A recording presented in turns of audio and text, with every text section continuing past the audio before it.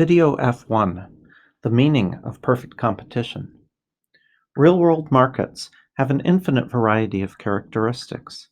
Even if we restrict ourselves to private goods and no externalities, there are still many possible flavors of markets. We categorize these using the term market structure.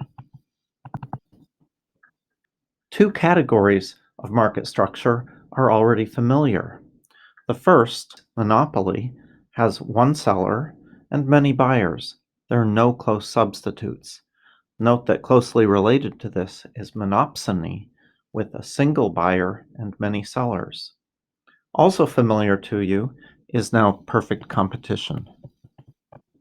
Perfect competition is the basis for supply and demand, where we consider a market price being determined not by an individual firm or individual, but by the interaction of firms and individuals in a marketplace.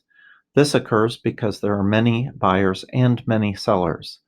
The standard application of supply and demand, where the intersection of economic supply and economic demand determines output and price, is the way in which we illustrate perfect competition at the market level. More common than monopoly or perfect competition in the real world are two additional market structures that we frequently talk about. The first of these is monopolistic competition. This market structure is defined by differentiated products on which many different sellers compete. Our last category of market structure is oligopoly. The distinguishing feature of oligopoly is a strategic interdependence between firms.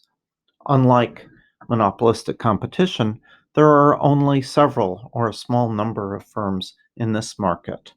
Oligopoly most closely represents the actual idea of competition of firms directly competing against each other and the outcome for each firm depending on, in a very direct way, how the other one performs. Let's look in more detail about the characteristics of perfect competition. First, perfect competition has many buyers and sellers. No one individual firm, no one individual consumer has any possibility of affecting the marketplace. Second, there is an identical product that is offered by each one of the sellers. So going from one seller to another, from one firm to another, provides no particular advantage. This means that all competition here, or all choices, are made on the basis of price. Third, buyers and sellers all have perfect information.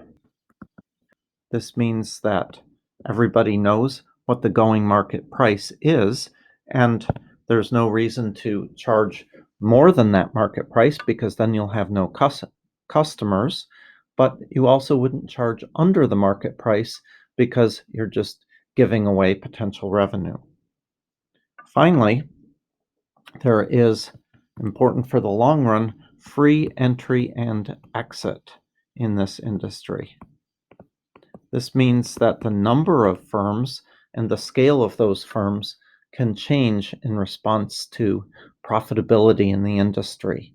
We see resources coming in and out of particular industries, that's goods and services producers, on the basis of whether profits exist, what the opportunities are in each one of those industries.